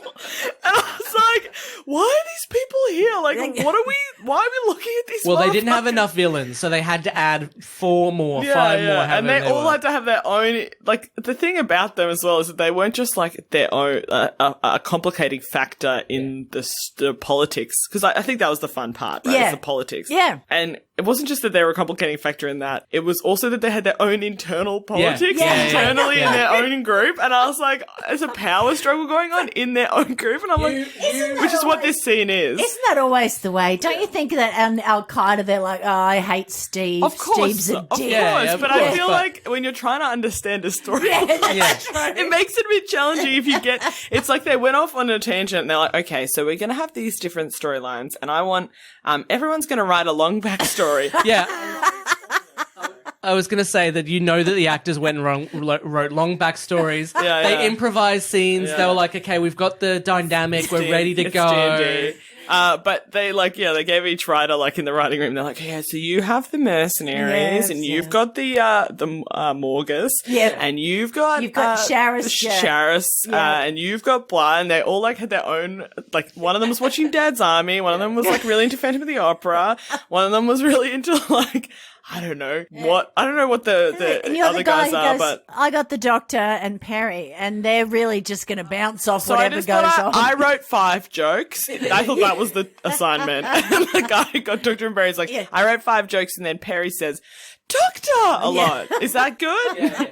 I like the idea that the guys who played the gunrunners watched the episodes and they were like, oh, is that what was going on?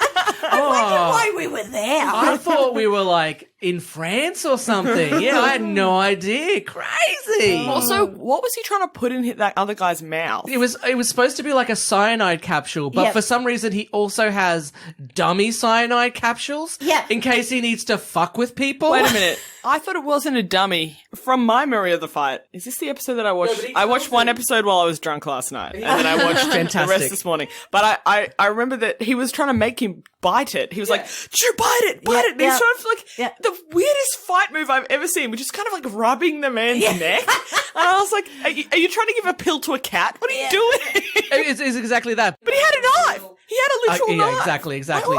But he tells him it's a real cyanide capsule, forces him to swallow it Yeah. or try to swallow it, and then goes, next one will be real. Yeah. And then you're right, But the did he guy spit spits it out. So I was like, "What was?" Yeah.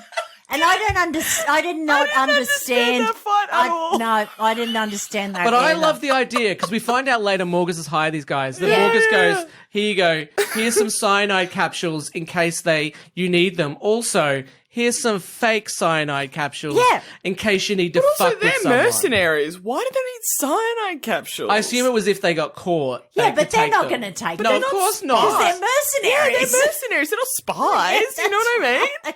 I was like, okay. Now, Makes Morgus, no it's sense. kind of in the name, mercenary. Yeah. We do what we paid for. Yeah. But the Yeah, I know. they were trying to get every trope in there, I guess, because Yeah. that's a classic trope of like those like stories is that you have those fanatical adherents who then Yeah. take the drug when they're captured by the other side. They were treating them like spies, and they 100% were not spies. Well, their characters weren't that. Their characters were mercenary characters. So the person who was writing it was just like, just pop it in. Yeah, Love it. exactly. Bit of This is what I drama. want. Let's put This it is in. what I like. But then the other guys were acting like, I was going to get out, but you pulled me back in, and I'm going to do one last job. And I was going to retire at the It end was of just this. such a lot of honestly unnecessary, like complicated backstory for these dudes who are like really not that important. it's so insane to watch a classic episode where it'll be like 6 episodes, and they've obviously padded out most of it. Yeah. And then you get a 4 episode like this, and they have crammed so much into it. There was so much in Those it. guys could have been one episode They all could, by they could themselves. literally. They were like, they were more fleshed out than most other villains in most other series. This could have been a 6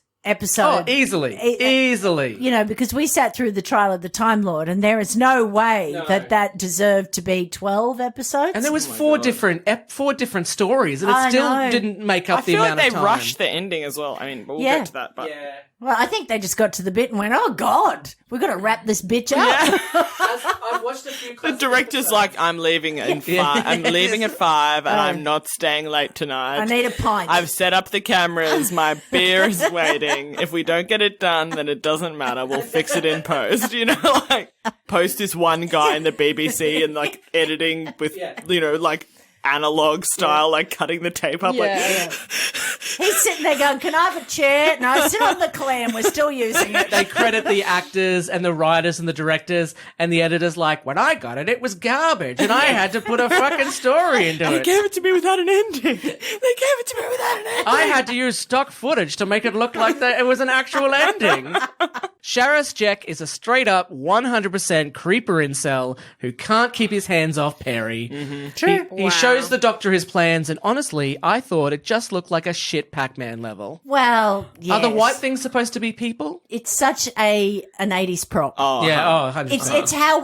It's how in the 80s we thought this is the future. And it's all going to look like this. It's some of the props and some of the technology really made me laugh. It is funny. You got to accept it on some, like I was saying, suspend your disbelief. I kind of enjoy that part of it because you're like, I can see where they're going for. Yeah. You know, that's all that matters. Yeah. But what I didn't understand about the map was how the army had gotten somehow, it's like layers, right? Like like an anthill or something, or like one of those magic sand things, right? And then the bottom 2 layers is Phantom of the Opera. He's got him. Yeah. Top layer, also Phantom of the Opera. For some reason, the army has gotten the second layer down. I'm like, how?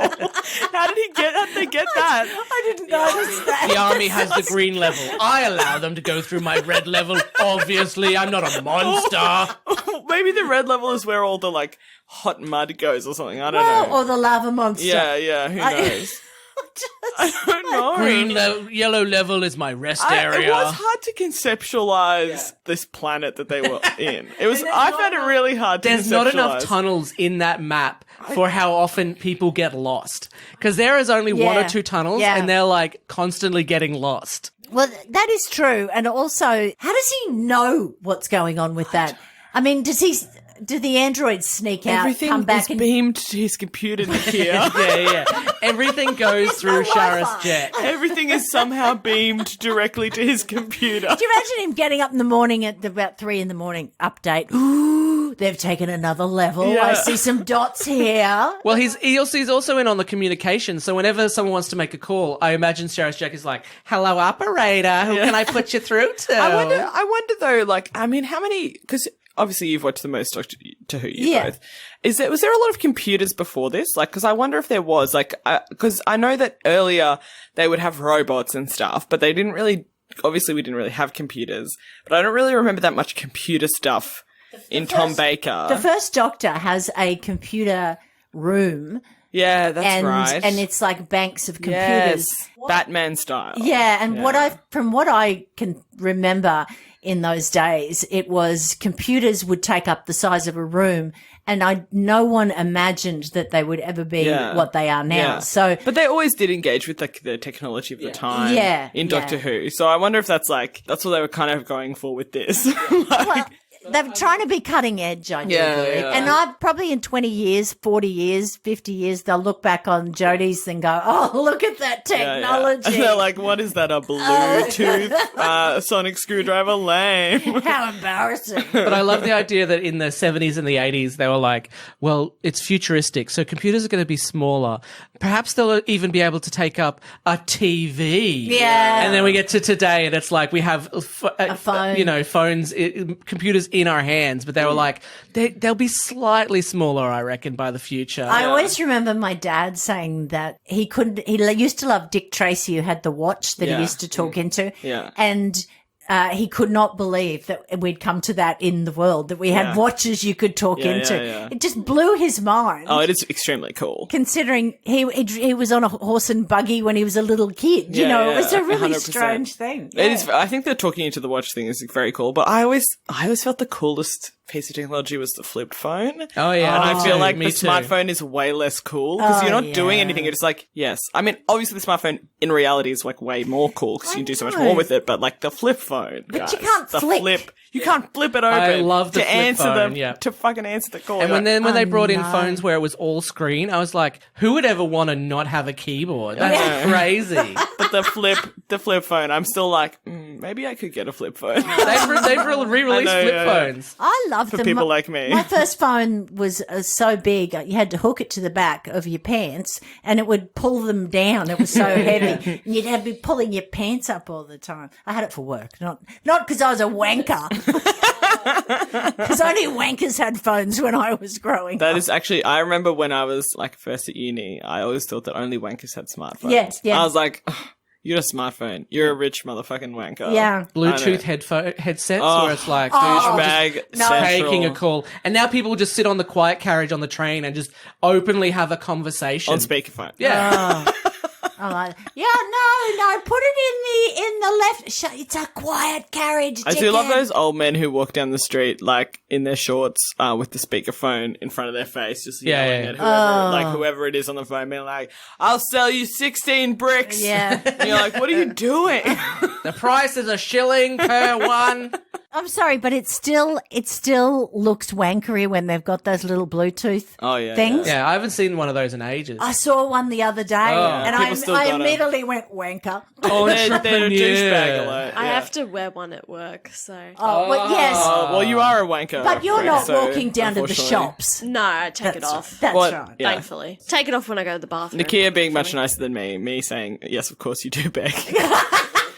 I'm sorry. No, it's true. I have a headset for work that has it's one not like one of the headphone. tiny little ones. It's like a proper receptionist one. Yeah, Yeah. I've got one of those, Yeah. and I am a wanker, so maybe. Yeah.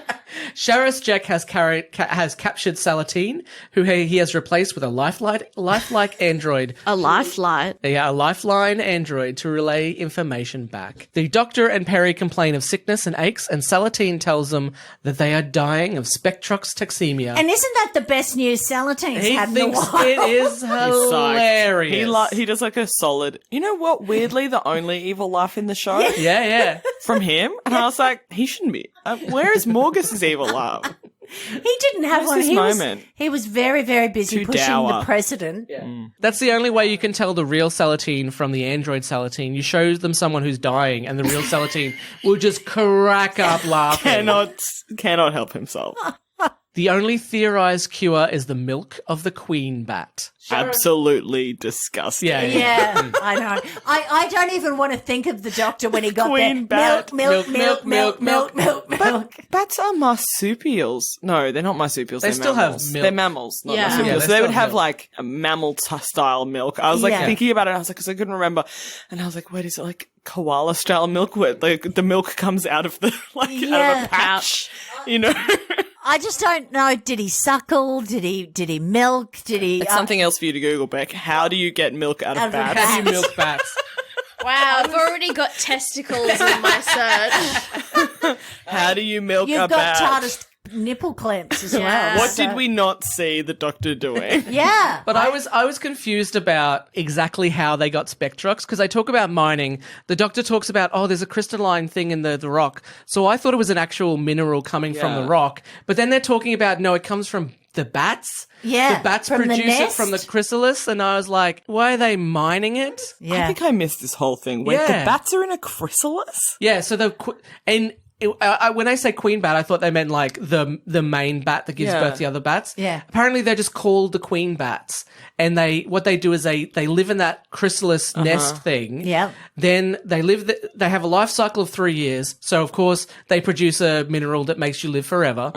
And then they after they're in the chrysalis, they go off and live somewhere else. I know, but then Further underground. well, Yeah. they to get away from the people who want to keep suckling their milk. I mean, I'd be moving away too. Yeah, but it's not the milk they want. I think it's the chrysalis they want. I know. What I don't understand as well is like it's clearly just what is that? What do they call that thing in sci-fi when it's just like a dongle or whatever it is? Like it's just like something important that everyone cares MacGuffin, about. MacGuffin. It's a MacGuffin, right? And I'm like, that's fine. It can be a MacGuffin. Why is it such a complicated MacGuffin? Like everything in this episode is like, well, we can't just have them mining it out of the rocks. That'd be too easy.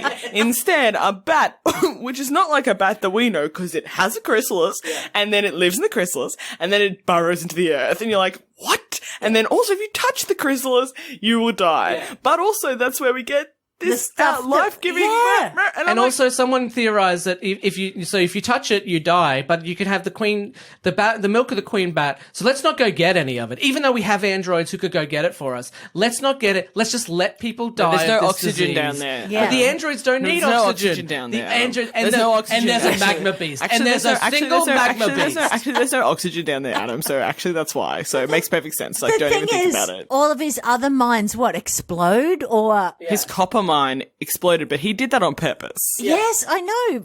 Somehow. That was his twiddling his mustache moment where he's like, oh, well, that means copper is worth more now.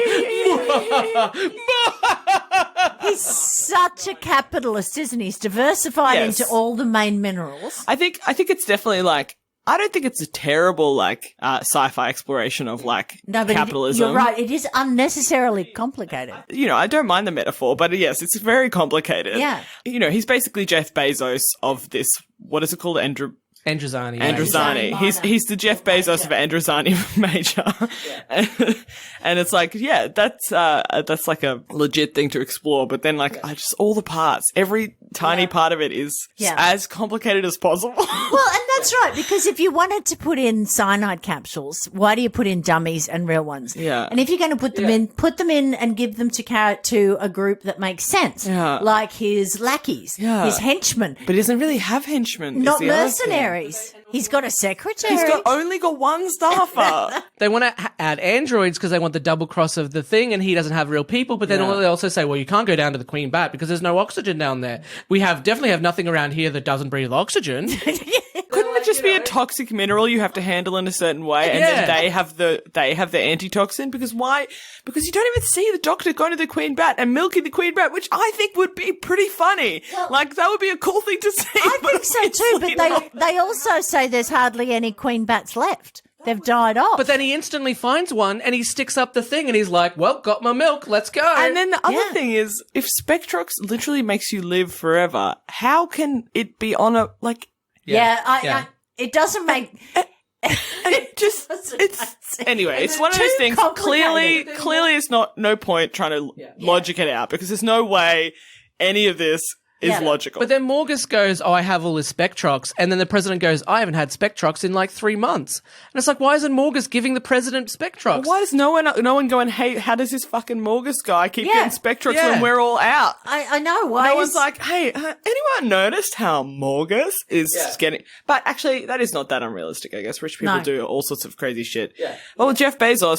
I mean, maybe this was predicting the future, because remember that story about how Jeff Bezos would, like, get blood transfusions from teenagers? Oh, Like, Jesus. young my people's blood to, God. like, make himself younger? Yeah, well, there you go. Yeah. That's where it fits in. Yeah. And It's a prediction of our current world. So at some point soon, we're all going to be milking bats. Yep, I can't wait for that. Have you figured out how we can do it yet, Beck? No, all it's saying is that you can get milk from bats, but their mammary glands aren't like in a particular place like they are on humans. Oh, so it like could be they're random. they're just on the flank of the bat.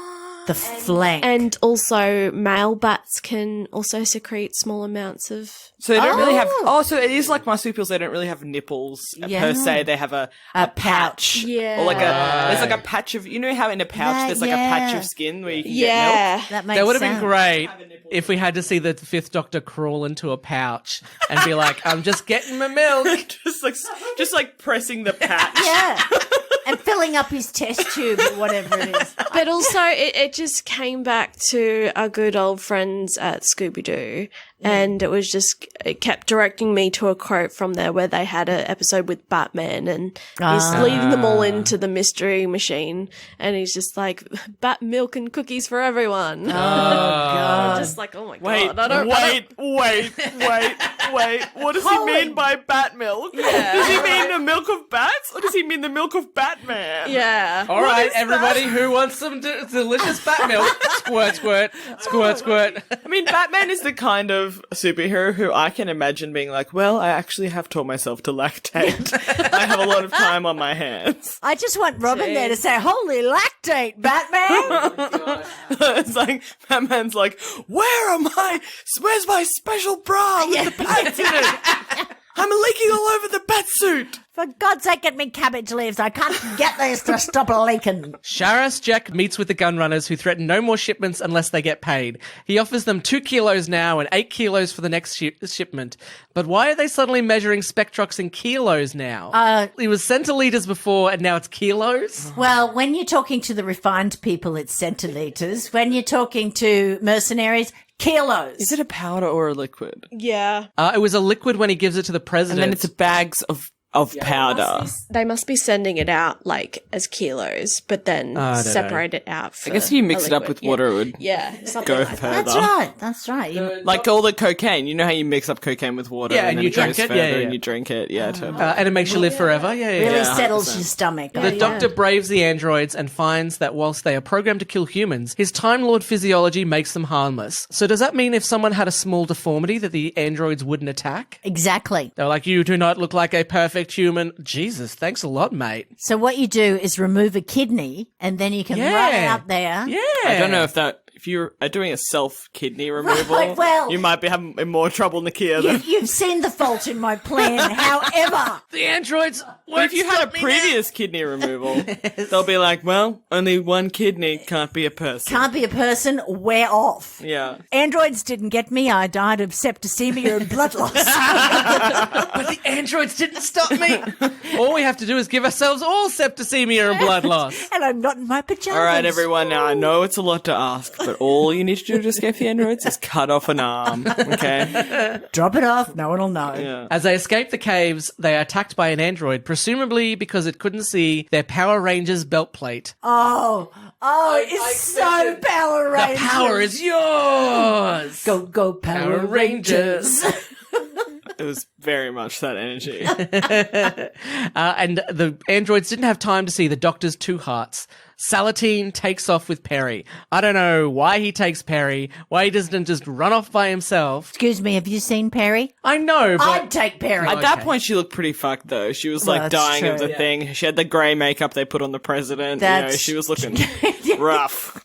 They said, listen, we've got this makeup. Maybe Salatine was just being altruistic because he was like, God, this guy's really creepy. At least, I mean, I know I'm a bad guy because of that evil laugh I did, but even I can't stomach leaving her with Mr. Terrifying face. This is not going to end happily for anybody. Yeah, that's right. True. The Doctor sees the gunrunners who are attacked by the slow-moving magma beast.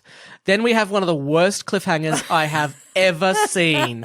The magma beast turns to where the Doctor is hiding, making us think he will be attacked. But when we return, it turns out the magma beast just wanted to have a quick turn before it attacked the gunrunners. Yeah, so they obviously were like, come on, It was we've so shot him, bullshit. he's already dying. let's just have him turn his head for a scratch and come back. The magma beast, I know that I say that we have to suspend disbelief, but why could they have not shot it like they shot the first one? Like, we didn't have to see that it's just a guy in a hat. It's just a guy in a hat. You could see his legs. It's just a man standing there wearing a big fake head, and you could see his legs. He looks like a mascot. It's so bad. I will say, compared to some of the other costumes we've seen in Doctor Who, it's actually a really good costume. Doesn't it look like a dinosaur, though? It does. It's a good but hat. Considering there was one episode in the 70s where they were supposed to be mosquito people, and it was literally just pipes coming out of foam. And every time they moved, they would like jangle about. It was awful. Well, how come the props person had to spend so much time making that dinosaur head for one shot, and then it still looks shit because you could see the guy's body? The thing is, at some point, somebody should have said, you know what? The thought of the monster is better than the monster. Take a lesson from the horror genre. If you don't have the budget, don't show the monster. Yeah. It's scarier anyway. And it's way cheaper. Yes. Salatine returns to base to warn Chelik of the android. They decide to provide disinformation to Sharazjek, but that instantly fails when they stick Salatine and Perry in the next room, and the android sees their heat signatures through the wall. Oh, my God. I couldn't believe that part. And then straight afterwards, Salatine goes, they can see heat signatures. Oh, really, mate? You maybe wanted to tell us that before I stuck you in the next room? And is that a spaceship? No, that's just the base. That's the army base. So it's like a demountable. So it's a demountable. Yeah, basically. I was like, what kind of walls are these? Yeah. Like, And he's like, I'll stick you in my private quarters. And I was like, ooh, that must be fancy. And it turns out it's just a bunk. Yeah. it's a tiny room. Where he could just wake up and go into the command center. Yeah. I couldn't believe that moment. I was like, why? And I was like, well, that plan's fucked. But then they keep going on with the plan. They know that the plan is fucked, but they keep going on with it. Salatine had the weirdest, like the scene before that when Salatine's revealing that there's an android was also so weirdly written, I thought. Because he kept saying, I think this is what happened, but I can't really remember. And maybe this happened, but I'm actually not sure. And I'm like, what are you talking about? Why did you write this like this? Either this guy knows stuff or he doesn't. And obviously he knows stuff because the Phantom of the Opera's been telling him all his plans and he's been living in the Phantom of the Opera's control room, right? He knows the Phantom of the Opera's backstory. He knows everything about this motherfucker. So, like, he knows that stuff, so just let him know it. Don't write that the guy's like, I don't know, maybe. I've spent months there, but now all of a sudden I can't remember. Well, and I was wondering, are they trying to give the thing that maybe he started to empathise with Jack? That's what I thought, right? I That's thought what I either thought. he actually isn't on the general He's side. realised who the dick is, which is... Or so he's double crossing the general. Yeah. Or maybe like they're trying to set up that it's going to be some kind of switcheroo with the android version of him. But then none of that happens. No. And, Then he leads the attack on Sharazjek's place. So and throughout the whole attack, he's like, is it this way? Can't really remember. I was carrying the lady. And I'm like, how did you escape? You literally ran randomly through the place until you found this like exit. Like, what are you trying to say? How do you get into the army if you fail orienteering? Okay, you failed orienteering. I'm excited to use this new navigational technique when I go home today. Just from here, run I'm blindly. just going to drive blindly. Like, I'll keep my eyes open, but I'm just going to drive, and then hopefully I'll just get home. Yeah. Like, Rosa, how did you find your way home? I don't know. I just literally can't remember. So weird. And before you go, I'll tell you all of my evil plans, but just keep them to yourself or forget them. I'll probably just zone out. Yeah. I'll make them complicated. Sharazjek provides the gunrunners with their agreed spectrox. Of course, the best way to carry around the most precious material in the galaxy is in plastic bags like goldfish. He hands them bags and I was like, what? It was like, it looked straight up 100% like the flour that I buy from the bulk food shop. You know when you buy flour from a bulk shop and it's not in a branded bag and you're like, okay, well, cool, man. Like, it's not even like, not even, what? You know, and it's leaking. Oh, well. They're in the middle of rocks, so one little leak and that's it. Their entire thing of spectrox is gone.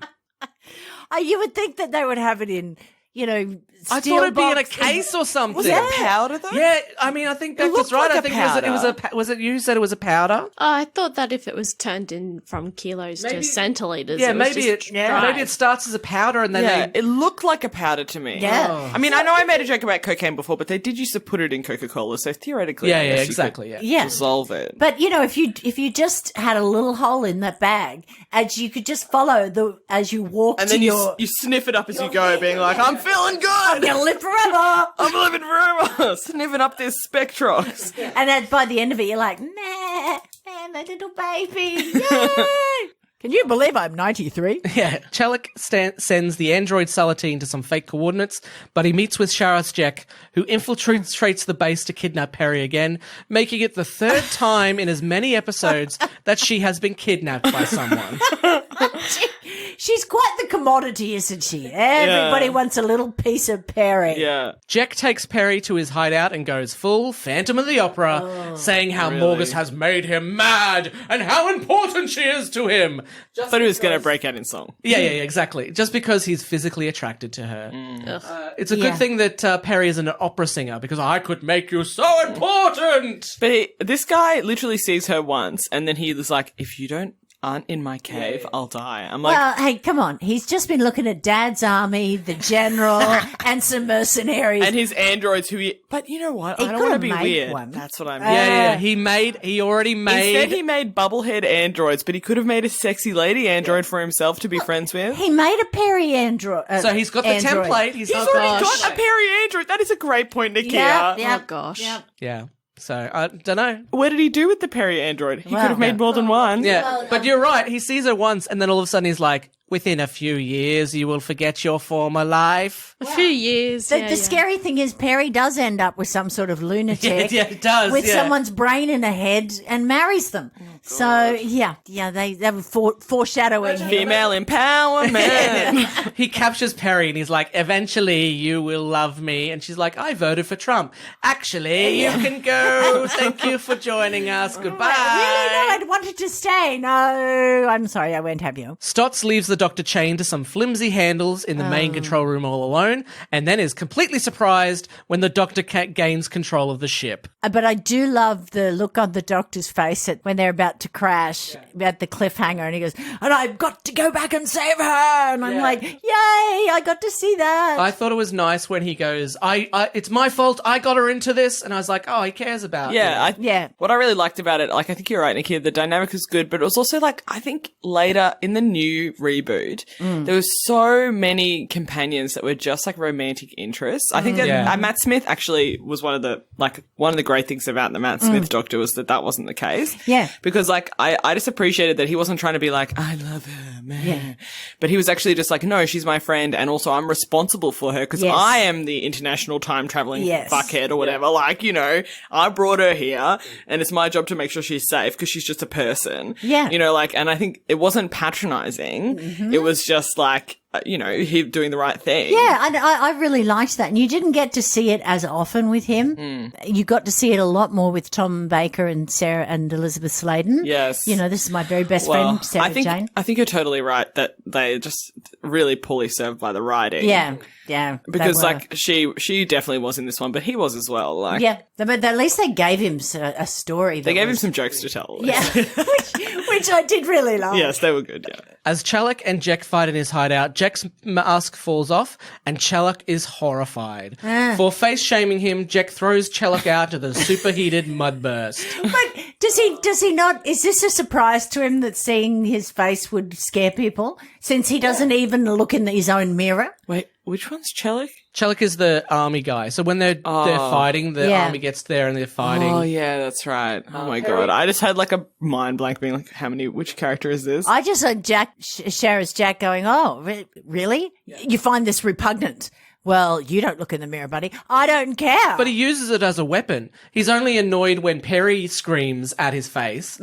That's just lifted. Yeah. Straight up lifted out of factory. Yeah, it is. It is. But, of course, Perry is beautiful, so she gets to live. Yeah. Yes. Woohoo! Morgus calls his office. Female empowerment. Morgus, who is now on Androzani Minor, calls his office and finds that Timmins has instantly taken over his operation. Good on her. Now, That moment, 10 out of 10 yeah, ruled. 10 out of 10. I love that moment because, of course, like that was one of the few things that you were like, this makes sense because, of course, she knows everything that's happened. She does. She knows he murdered the president, Yeah. and now because he just straight up murdered the president. No one else could have done it. It was in his own private elevator. She's Yeah. like, well, finally, I have the leverage I need to go be Yeah. like, this guy is cooked. I thought that was the best moment because I was like, of course that would happen. Yes, of course. There's so many of those kinds of storylines where the all-powerful guy just like makes a heap of dumb mistakes and nothing happens. Yeah, and I'm yeah. like, obviously that's He gets away with it. kind of the case, but it only makes sense if he maintains the power. When he so obviously gives up his power, He does. like Yeah, I just love it. And I love the fact that you don't see it coming. I didn't see it with her. I thought she was she was loyal. she was stereotypical as well. Like Yeah, and I really liked that. yeah, it was really good. Morgus needs that Spectrox now more than ever, but the other gun runners want to head back to Androzani Major. As Morgus and Stotts leave to search for the Spectrox, Stott returns to murder the other gun runners, twiddling his mustache. The doctor finds Perry at Jack's place and then heads down into the caves to find the milk of the Queen Bee. Queen Bat. So many times I wrote the Queen Bee and had to change it to Queen Bat. The milk of the Queen Bee. Is Yeah, the graphics, not the graphics, but the sets are, I'm sorry, they were awful. Oh, Awful. Will the Magma Beast be an obstacle in his way? Nope, it's conveniently dead. surprise! Yeah, surprise. Probably didn't even need the actor. We'll just stick the costume there. Don't worry about it. We don't have to pay Steve for an extra day. You want me to put it on? Well, I don't know. We'll see your legs. Get out. Get out. The doctor makes his way into the lower caves, breathing pretty heavily for someone in an airless chamber. He finds the Queen Bat and milks the shit out of it. And he doesn't carry it securely either. It's literally a tube. Yeah. A glass tube. Also, Get enough for everybody. well, that's right. It's just completely ridiculous. Like, if you're going to set it up that there's only one dosage, give us a reason that there's only one dosage. I think this whole Queen Bat thing made it even more hard to explain because like they had made it so complicated, but also the only solution was him going to get it. So like if he has full control over how much he gets, why would he not get enough? Whereas instead if they just set it up in a slightly less complicated way, they could have easily explained why there was one dose. I think he gets enough for two, but then when he goes to the TARDIS, he drops it. Oh, And I think that's supposed but to be he drops it because he's trying to get his key out. Yeah, yeah. And I'm like, But why? okay. Why? Because he's sickly. So have a little bit while you're there. That's what I was thinking. Why wouldn't you just take it straight away? Get some, Yeah. drink it, get heaps more, go back. But he's like, no, Perry and I have to take this at the same time. Otherwise, it's not a real blood pack. Because it's like New Year's. It's a classic like setup of like there's only one antidote, and like usually like just it doesn't have to be the world's greatest reason, but there needs to be a reason. Yeah. Exactly. Just a reason Just some would be reason helpful. that we could hold on to. He has 2 vials, he breaks one. Yeah. But obviously they couldn't afford a second vial, so they were like, no, it's all in one vial. we just want to kill the doctor, and you're like, okay, but like, can you just give us just the tiniest shred of explanation? No, look, he's leaving anyway. No one will care, you know. But why don't I get more of it? Look, you are leaving, so we don't have to put up with shit anymore. Yeah. Stop asking questions. You always coming up with the, I don't understand why the shut up, just do it. Yeah. Morgus and Stotts find Jack, but they are thrown off by his hideous green face. Yes. Why was it green? I don't know. Because it's alien. It's not an alien, I know. They're from Earth. They say that in the thing. Maybe it's burnt with Spectrox. Oh, God, I They don't only know. had green goo available to build the face out Okay, of. are you ready for this Mexican standoff? Sharaz Jack strangles Morgus in a machine that lights up. Stotts then shoots Jack, but then Android Salatine shoots Stotts, so everyone's dead. I know. Where did real Salatine go? He led the attack and thought that the belt plates worked, but then got shot by the android. That's right. Oh, I lost track of that Yeah, part. yeah, And Android Salatine is in love with him. Sharaz Jack. That's what I got.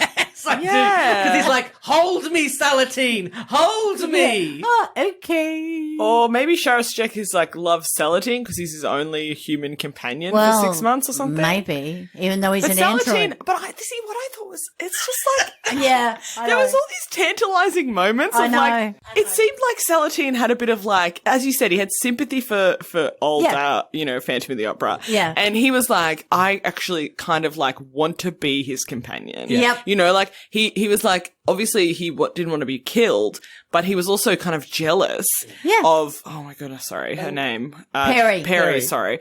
He was jealous of Perry kind of, right? Like, so because as we could tell from his manic laugh when he found out she was dying, so he had this like whole dynamic with the guy, and then there was an android version of him who was made by this other guy. Maybe it was reflected in the android. The android was feeling what the real Salatine was feeling. know. So he also was in love with But I thought there was like a Charis Jet. potential for like an actual emotional moment or some kind of like conflict or like surprise where there's like the android version of him and there's some kind of like thing that happens with that. And I was like, but just not paid off at all. This really didn't pay off.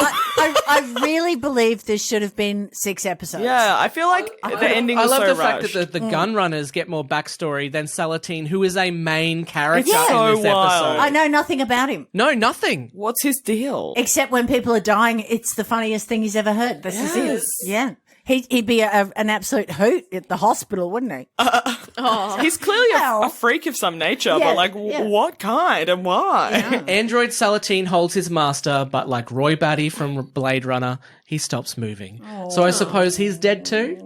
Yeah, I guess so. He just stands there? Well, what's he going to do? Everyone else is dead. The monster's dead. He's just going to wander around by himself. The Doctor grabs Perry and takes her back to the TARDIS as the caves explode. They manage to leave Androzani Minor just as the mud bursts begin again. However, the Doctor only has enough Queen Bat milk for one person. He feeds it to Perry and then collapses on the floor of the TARDIS. Perry wakes up instantly after swallowing the bat's milk, because apparently it really is that potent. I knew it would be. She rests the head of the dying Doctor on her knee. Peter Davison has joked that his dying was rather upstaged by Perry's cleavage in this shot. I read an interview and someone said, it was a really good scene. He went, I'm pretty sure nobody was looking at me regenerating because her cleavage is quite noticeable. The shot, again, they were like, I set this shot up. We're not moving the camera. It doesn't matter.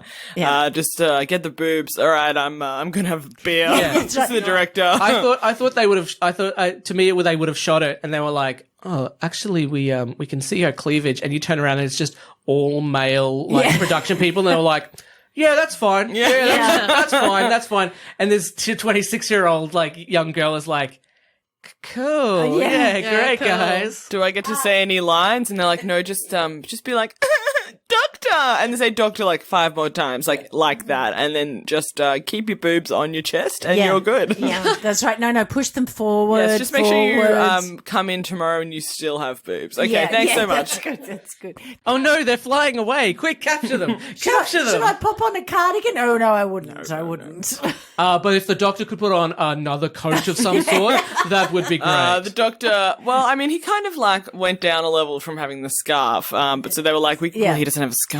He's going to have a vest and a second jacket. Yeah, an Edwardian cricket gear and a vegetable. As the Doctor dies, he sees the faces of his companions, Tegan, Turlo, Chameleon the robot, Nyssa and Adric, all telling him to regenerate. The Master appears and tells the Doctor that he must die. Braveheart Tegan. I always remember that. You can take our lives. So maybe the Doctor really does have a death wish.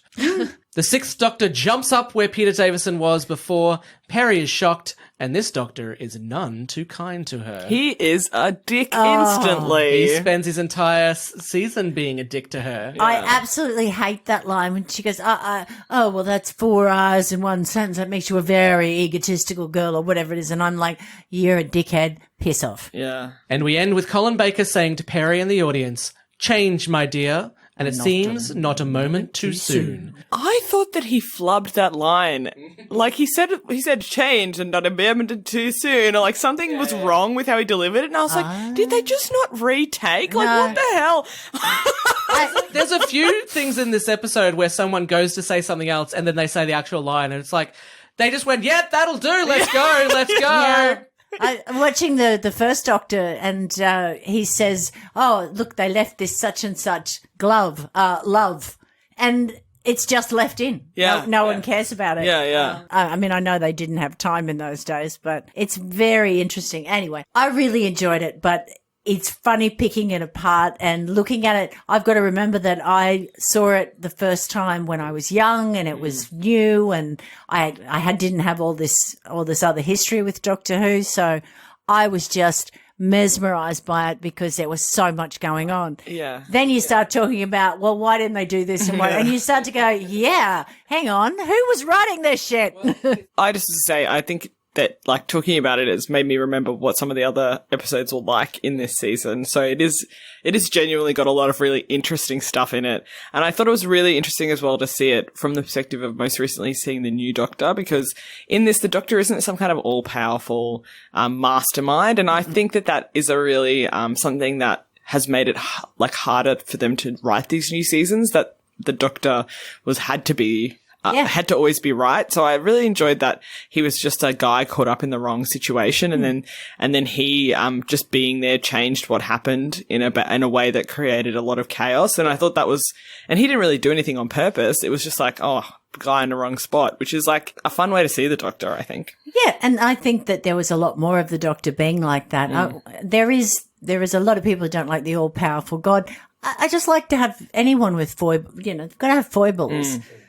As we always like to do, we like to give the score out of 5. I will go first. It's been fun to talk about, and I think my opinion of the episode will surprise you, Nicchia, but this is my favorite classic episode that we have done. Wow. Yeah. That does surprise me. I actually really enjoyed it. I really enjoyed Peter Davison. It's a shame that you say that he's not like this more often and he doesn't have stories like this more often, because I really enjoyed him in this episode. Perry was good when she wasn't hysterically screaming doctor or dying. I feel like she could have, been an actual character in a show that perhaps didn't represent women so great back then, No, not much. But yeah, I really enjoyed it. There was a lot going on, and like I said, like we said, it could be more episodes. But I think, considering that some of the episodes back then used to be like just so much padding, a story that should have been an hour and go stretched out to like 2 or 3 hours, it's ridiculous. So yeah, I actually enjoyed piecing everything together, and and there are some weird and wacky moments, but they're always going to be like that for the classic episodes. So I am going to give it a 5 out of 5. Oh, wow. Wow. Yes. Yeah. It is my favorite classic episode that we have watched so far. Wow. There you go. It's my turn. Rosa. Yes. So I guess I have to give it a point out of 5 for each of the villains. So that's 10 out of 5. And then, Right, good. And then I will give it another 2 points for having 2 women characters who, despite being stereotypes, still managed to hold their own against a ridiculous context that they were in. So that's another 2 out of 5. So overall, I would give it 12 out of 5. Wow, that's the highest one we've ever had. Yeah. So 12 out of 5 for the villains and for the women. Yep. So I'll give it 4 out of 5 because it's 12 divided by 3. Don't ask me to explain. Okay. All right. That's Much like the writers of this episode, I refuse to explain. Thank goodness for that. And you can now die under the red cloth. Thank you so much. It's all good for you. This is definitely my favorite Peter Davison episode series. This is certainly considered a classic. I own this on DVD. I've watched it many, many times, and it is such an easy 5 for me, and always will be, because I saw it before we had New Who, and I loved it. Yes, it's got its problems, but I loved it. Yeah, we agree on a classic episode. I'm surprised by that. I remember watching the first episode thinking, oh, this is actually really good. I'm really engaged, and being like, I wonder how many episodes before it shits the bed. And it's like, it's terrible. Like you said, Rosa, they do rush the ending at the end, but I feel like that's also a part of classic Who, is they do all this setting up, and they get to the last episode and they're like, shit, we have to solve everything in one episode now. Yeah. And they're like, okay, well, let's just have everyone die and then a mud explosion. Okay. Yeah. I did love the explosion, I've got to say. How did the mud light on fire? That's my question. That was the thing, is the mud burst looks suspiciously like normal explosions. Yes. Yeah. Look, they had some crackers in the back near the clam. And then they just they threw Morgus's costume up in the air. Looks like a pile of mud. And they had him do an ADR where he's like, oh no, I've disappeared. At least all the baddies died. There was a lot of baddies that had to die. Died. Except all of the people in the cast of Hey Dad. All the Hey Dad extras. The Dad's Not Army. Hey Dad. Dad's Army. No, Dad's they all Army. died. They all died. Yeah, I know. And, they were harmless. They were in Dad's Army. Hey Who Dad. do you think you are kidding, Mr. Hey Dad? So my question is, Rosie, if you were to be a Time Lord, right? Yes. You're going Yes. to join along. What would your Time Lord name be? Something that either epitomizes who you are or who you would like to be, you aspire to be. Well, look, I'm just going to be honest, because as you've seen over this episode, I cannot Tell a stop lie. talking. I cannot tell a lie. I cannot stop speaking or interrupting people, and that can be good or it can be bad. So I'm going to say that I'm the interrupter. The interrupter. Ooh, the interrupter. Okay, so my question now is, we turn up in the TARDIS, okay, and we've got the interrupter with us. What is your job in the adventure when we're solving the crime? What does the interrupter bring to the story for us? I just accidentally open the door and walk in the middle of the crucial moment. The villain, either when they're like, if they're a robot villain, they're like turning on the new robot. If they're like the kind of person who's like flicking a switch to destroy the world, I like awkwardly walk in just as they're about to do it. I don't even mean to be there, and I'm just like, sorry, is this the bathroom? And then their plan falls apart out of love this. embarrassment. You cut the tension. You get rid of the, I'm going to shoot. Excuse me, is this the bathroom? In some ways, you're like the unintentional doctor because the doctor does that for real. Yeah. It has a plan to do that. I like that. Whereas you just walk in, you're like, oh wait, this isn't the bathroom. Sorry, excuse me. That is one of the things I always enjoyed about Tom Baker, was that he kind of sometimes seemed to not really know why he was there. Yeah, In a yeah. fun way, where he was like, oh, sorry, what? I stumbled upon this. Oh, can I have a cup of tea? I like that. The interrupter. I like that one. Thank you very much for joining us, Rosa. Well, thank you Thank for having you. me. So, Rosa, do you have anything you would like to Did I plug? call you Rosa or Rosie? Rosie. Rosa. Rosa. Rosa, yeah. No, No, before. you call me the right name. Oh, God. I would notice. I'm Yeah, going you would. mad. Yeah, we would notice. Yeah, No, sorry. I would notice, then I would make you notice. Yeah. I'm annoyed. I'm the interrupter. As anyone who's ever done an improv scene with me where they have made a mistake, I would point it out, and we would discuss it for 5 minutes. Classic gag. When you've got a name like Nicchia, I always like to get everyone else's name right Same, because I know what it's same, like. 100%. So, Rosa, do you have anything you would like to plug? Yes, so I'm part of Big Fork Theatre, and we do live improv shows in Brisbane, so come along to that. But one of the things that I do is I edit a podcast for Big Fork Theatre called Get It In Ya, which is a sketch comedy podcast, this experimental sketch. So people write and record them usually in their homes. Adam's done a few sketches for us, which are very funny. Really? You sure Adam did them? I know, they're She very doesn't funny. listen to them before Yeah. she puts them in, so she can say that. I do listen to them.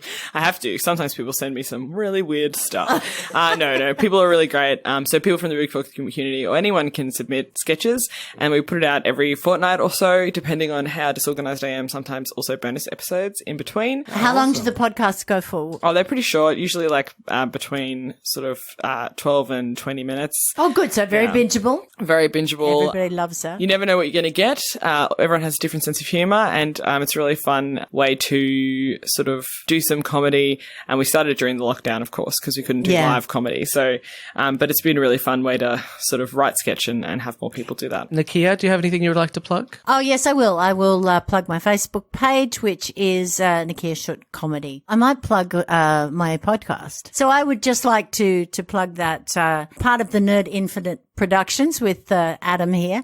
I'm doing a podcast with Beck Buckingham called Neighborhood Watching with Nick and Beck, or Beck and Nick. And they're quite bingeable, 15 minutes. It's really just us telling stories about some of the shithead neighbours we've had to live next to and kind of pulling that apart and randomly going off topic, like D4WH, just a little bit shorter. And so we will be launching on the 4th of January, but we've got a Facebook page, which is Neighbourhood Watching with Beck and Nick. And that is the Australian and English spelling of neighbourhood for anyone who wants to know.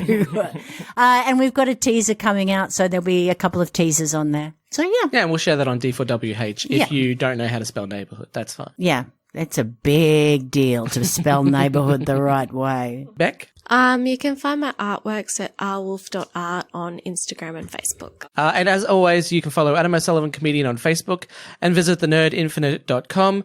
You can also check out Get It In Your Podcast, which I've submitted to some sketches to, if I could fucking get my words out. That would be great. And yeah, you can also check out Big Fork Theatre on, not Facebook. Well, you can check it out on Facebook. But I mean, you can also check it out on YouTube, where there'll be some shows from when we were during lockdown. And check out The Nerd Infinite. Give us a like on Facebook. Yes. We're going to be publishing Nicchia's podcast and this podcast. And, Adam's starting an empire, and I'm just going to be a little minion. the little yellow things with eyes. Yes, that's what I'll be. A minion. A minion, Yeah, a bosomy minion. That's Beaker. Did you say little yellow things with thighs? With No, thighs. Yeah. He's always going on about my big thighs. I hate Those it. thick-ass minions. How do those big thighs get in this room? Well, I assume because those minions have big eyes, but it would just be you, but then there'd be two boobs there. Yeah, that's right. I'd be a Yeah, very you only bosomy. ever see boobs, don't you? Yeah. Apparently. Yeah. Where I see glasses, he sees boobs. Rosa, would you like to give us a object and a location? The object is a scarf. And the location is an outhouse or an outside toilet. Get the word out. You might be taking a shit in an outhouse, wearing your long Tom Baker scarf. I swear to God, if that's what you do with the scarf that it took me 10 months to make you. You wipe your ass with it. Then. It's going to take me a very long time to find an outhouse. I know where one is. You might have just finished using the outhouse when you put back on your long wool scarf, which is what we do here in the summer in America, Australia. America. It's fucking 40 degrees sometimes in the middle of the summer. It's going to be fantastic. We're having a heat wave. Yeah, it's a great way to lose weight is basically just to die of heat stroke. And to get you through your heat strokey days, you love to listen to D4WH. You can vaguely make out the words that we're saying as you start to pass away. And fall into the toilet hole. Die from spectrox toxemia. Okay. In the hopes that a young lady will run over and show her your boobs. Show her your boobs. You need to stop. No, that's funnier. I like this. This is much funnier. Going over to the doctor and grabbing him by the collar and saying, "No, before you die, show me your boobs." It's only fair. No, I was thinking of me, so I was thinking you would see my man boobs. Moobs. Or maybe we could, with the female doctor, we'll have a young man sitting her on her lap, and you'll just be able to see his big old bulge. Woo! Equality, baby. That is gender equality. That's what we're talking about. Check out that pee. I'd much prefer like his six pack. Oh, no, Centilitres. you've got to be fair, you really need to see his chesticles that are on his undercarriage, aka testicles. With just a hint of tip, baby. Until next time, keep searching the skies for the doctor. Goodbye. Goodbye. Send No help. testicles. Bleh. This has been a production of The Nerd Infinite. And then the sound of dragons spitting fire and stuff. What? Why are you looking at me like that?